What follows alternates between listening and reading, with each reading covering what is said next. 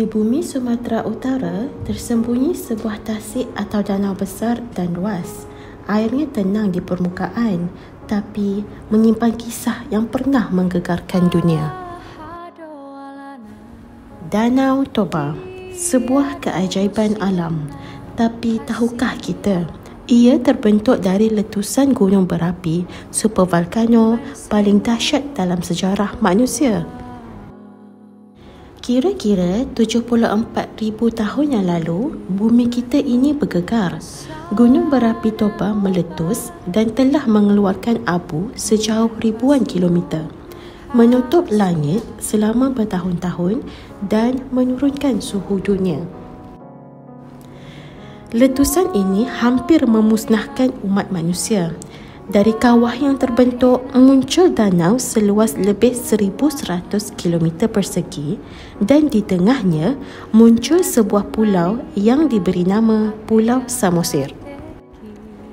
Di sekeliling danau ini, hidup masyarakat Batak yang kaya budaya.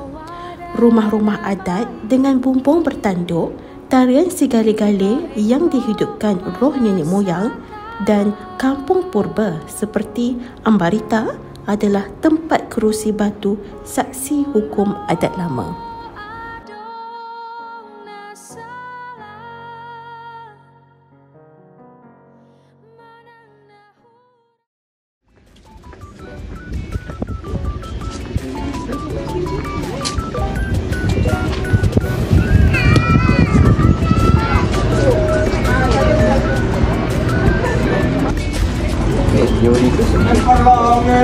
Abang, kau boxer saja.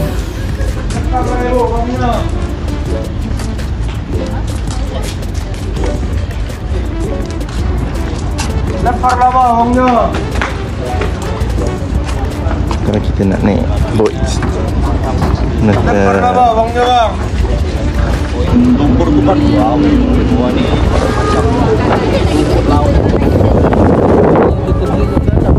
dalam ini 500 meter ini dalam tahun 1950 itu waktu dia diasingkan, dia karena melawan Belanda, dia ditempatkan di sini. Ini bangunannya. Toba bukan sekadar danau. Ia adalah jiwa yang menghubungkan gunung dan air, manusia dan legenda, masa silam dan harapan masa depan.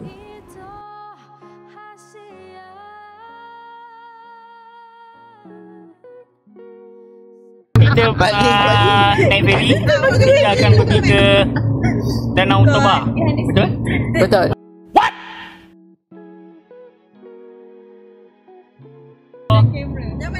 Jumpa ke Danau Toba. Samosir bukan sekadar pulau. Ia adalah tanah yang menyimpan rahsia legenda dan warisan budaya yang belum pernah dipadam. Pulau Samosir meliputi kawasan seluas kira-kira 630 km persegi. Kawasan Pulau Samosir hampir sama dengan Singapura.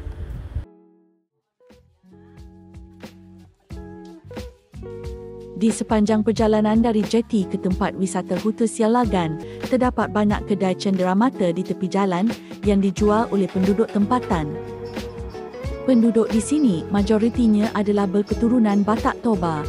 Menurut legenda, moyang Batak bernama Si Raja Batak turun dari langit dan menginjak bumi di puncak Gunung Pusuk Buhit, tanah suci yang masih disembah sehingga kini. Dari keturunannya, lahirlah marga-marga Batak Toba, simbol pertalian darah, kehormatan dan jati diri.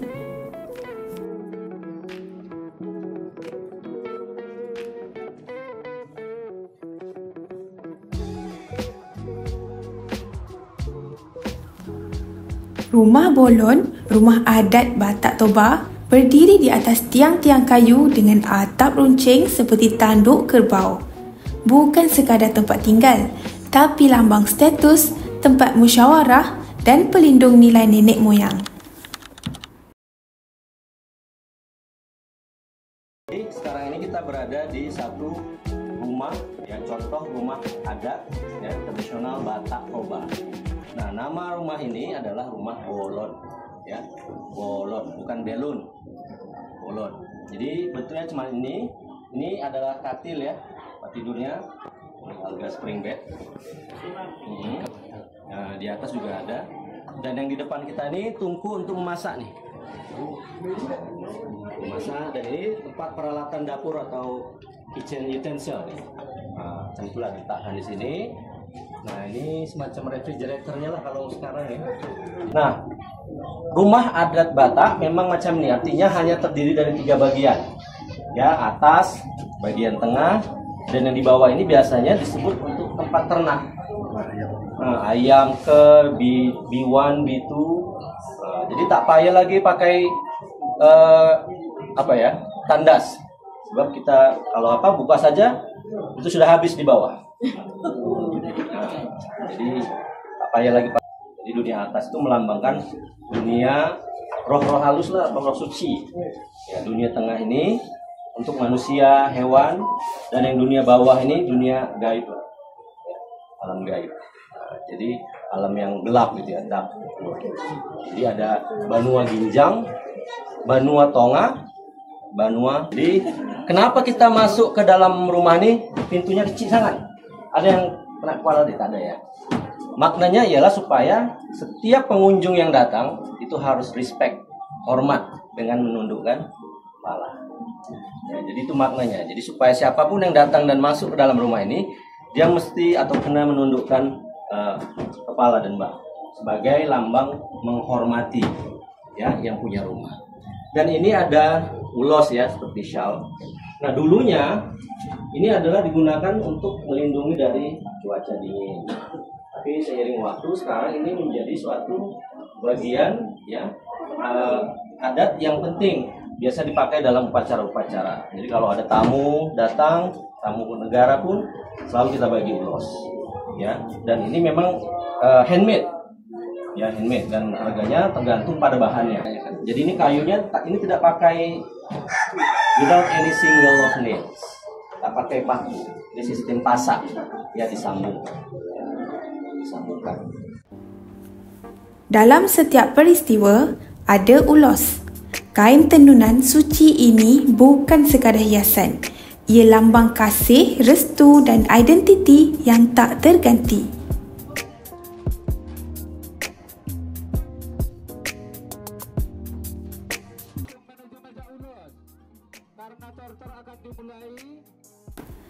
Tarian tortor pun bukan hanya gerakan.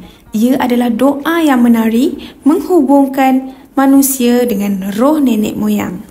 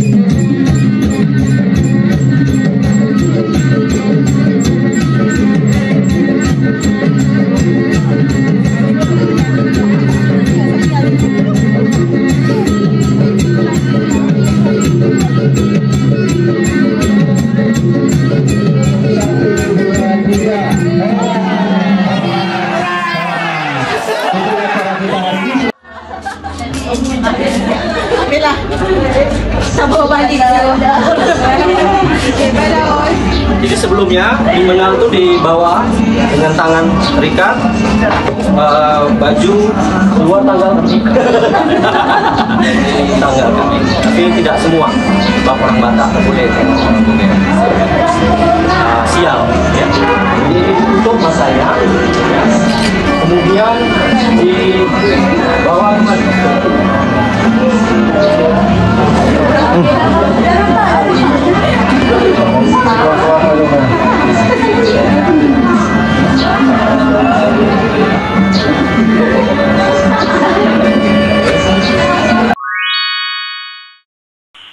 Nice.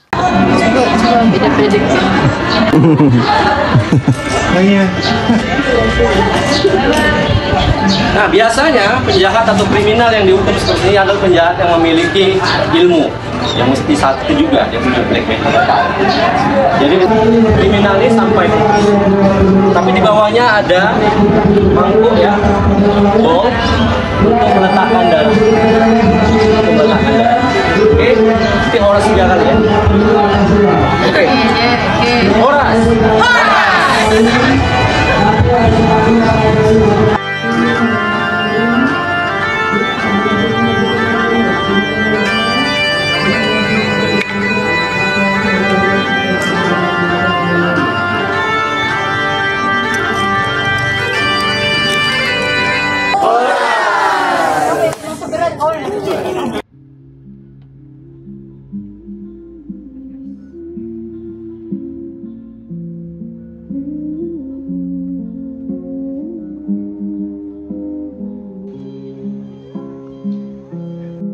Bobo Cabin Caldera. Bobo Cabin Caldera adalah konsep glamping atau penginapan mewah ala kabin di kawasan The Caldera Toba Nomadic Escape, Kabupaten Toba, Sumatera Utara. Ianya dirancang sebagai tempat penginapan alam bergabung dengan teknologi supaya penginap dapat merasakan suasana alam sekitar Danau Toba dengan fasiliti yang moden. Pemandangan yang sangat cantik menampakkan Danau Toba dari tingkap kabin. Pemandangan alam adalah salah satu daya tarikan utama. Suasana hening, udara segar, sejuk, suara alam seperti angin menjadi sebahagian untuk pengalaman healing. Bayangkan menikmati matahari terbit dari kabin tingkap yang canggih diiringi angin pagi di cerung kaldera.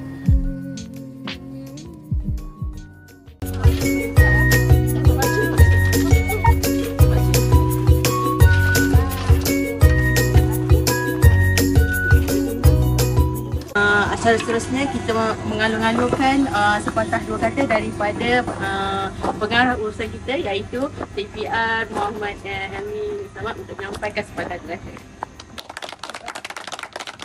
Bismillahirrahmanirrahim. Assalamualaikum warahmatullahi wabarakatuh. Waalaikumsalam. Alhamdulillah kita pada hari ini dah sampai ke destinasi yang kita hajati. Alhamdulillah kita sekarang berada di Bobo Cabin. Memang susah nak sebut sampai sekarang. Padahal memang tak sebut ayat tu tak kena kan. Bobo Cabin dah lagi gelap tadi. Okay. Jadi kita sebenarnya tujuan kita ini datang sini selain daripada aktiviti tahunan kita, tapi juga dari sini kita ada perkara yang nak kita berkongsi di kalangan ahli keluarga SLB. Jadi syukur alhamdulillah hari ini dengan penuh semangat kita buat ada sini. Semangat batak yang kita bawa ni. Kita panggil jangan tu. Okey. Horas. Okey.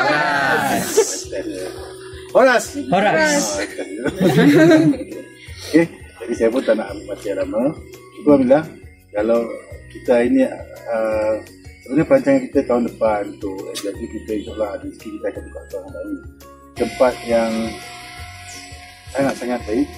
Jadi pilihan saya tak salah lah. Salah ke tak salah? Tak. Tahun depan insyaAllah kita bincang dalam tempat yang lebih baik. 2, 3. Itu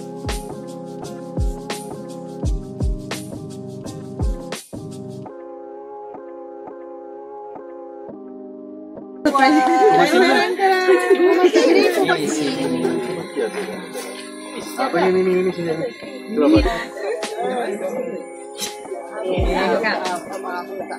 Woi, betul.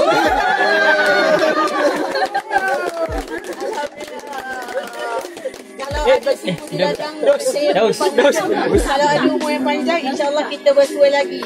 Majlis merakamkan setinggi-tinggi penghargaan kepada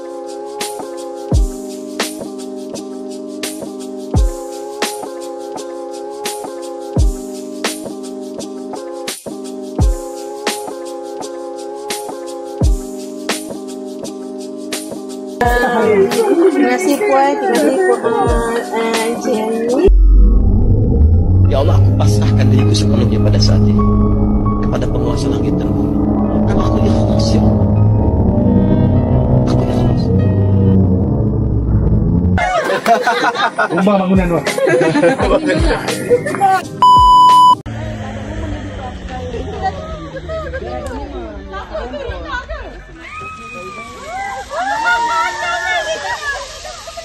Pegang hati biar ada momen.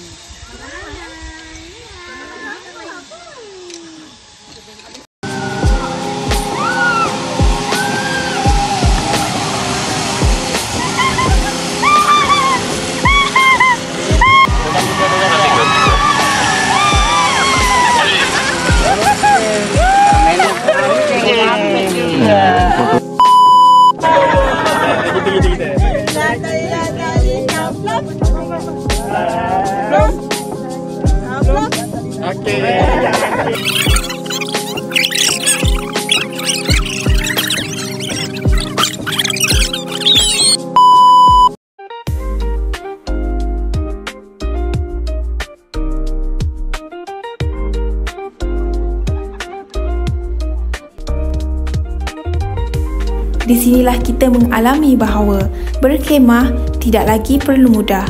Ia boleh menjadi mewah tetapi masih diselitkan dengan jiwa alam semula jadi.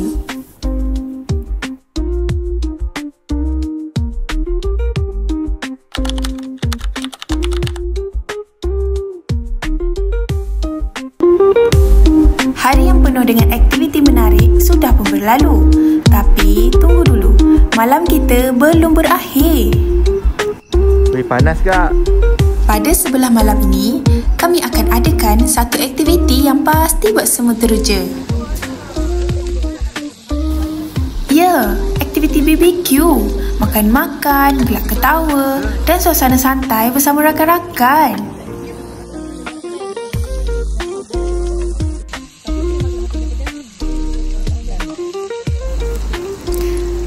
Nampak sedap kan? Kami masak sendiri tau. Menu kami pada malam ni daging lembu dan daging kambing. Nyam-nyam.